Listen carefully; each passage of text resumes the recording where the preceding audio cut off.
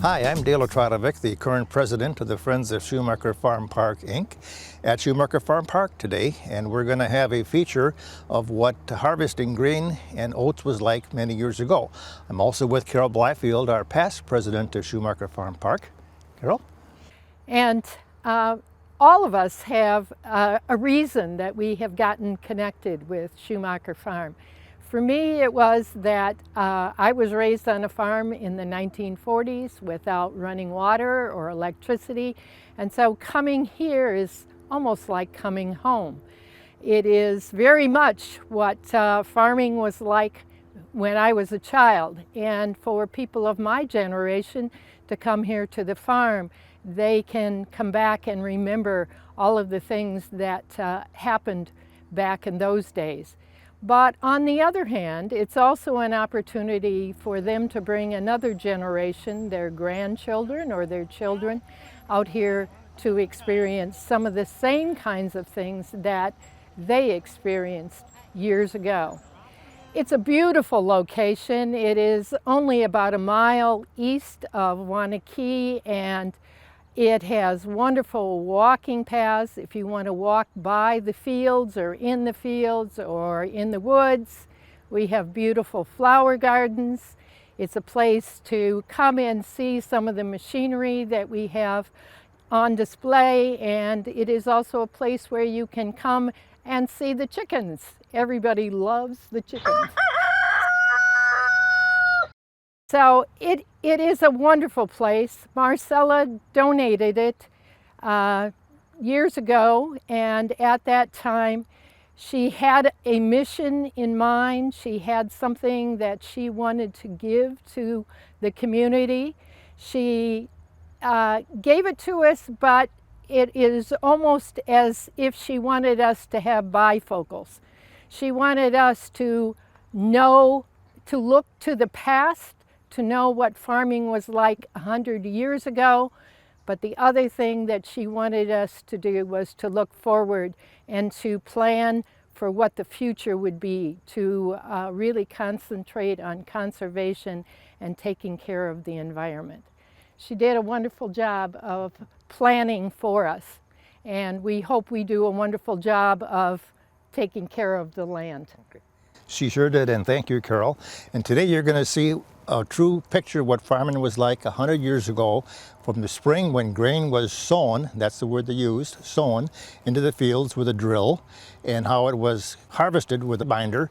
This year we harvested wheat. So you'll see that wheat being harvested in action, shocks being built, and then we get into the thrashing. So I'd like to introduce now Roger Bindle, who has been doing all the video work for us. Roger, thank you. Hi, I'm Roger Bindle. I'm at the Schumacher Farm Park.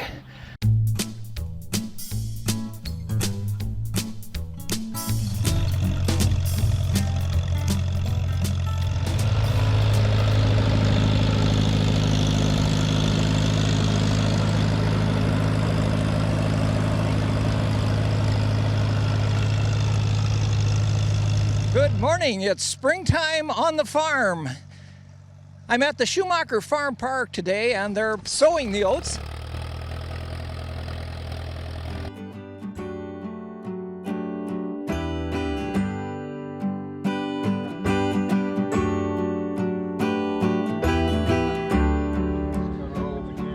Hey, Bob. How are you this morning? I'm pretty good. Good. Good to see you. So this was that 1921? What's the VB stand for over here? Van Brunt. It's what? Van Brunt. Van Brunt. Van Brunt, but it's a John Deere, but it's...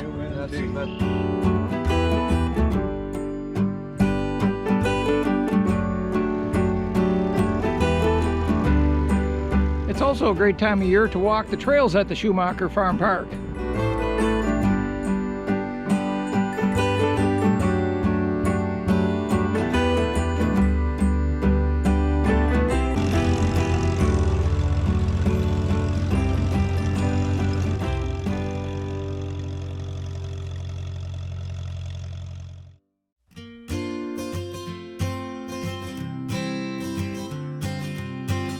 I'm at the Schumacher Farm Park, and it's harvest time.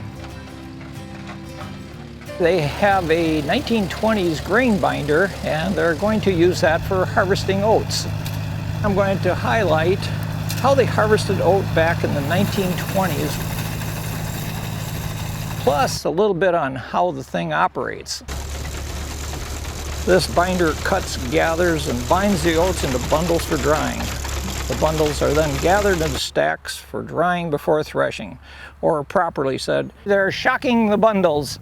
They'll sit out here for several days to dry, and then at the Schumacher Harvest Festival, they'll be run through the threshing machine, separating the oats from the stalk and the husk. The binder is operated by a bull wheel as it's pulled forward.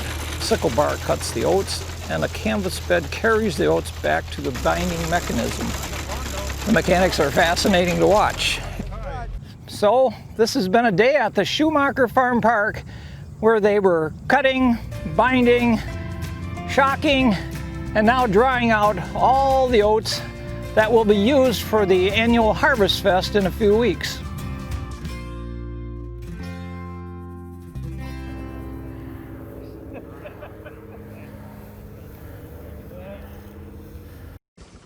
And now they're doing the final process of threshing, which also was a day of demonstrating what it was like harvesting in the 1920s and 30s.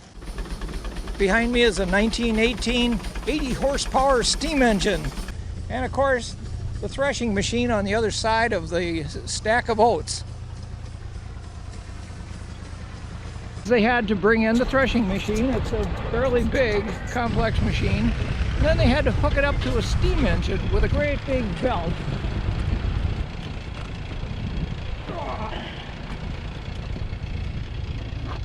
Then that belt had to have a half twist in it so that everything is rotating in the correct direction. So that's what they're doing now. They put things together and they're getting ready to do a demonstration on threshing oats at the Schumacher Farm Park.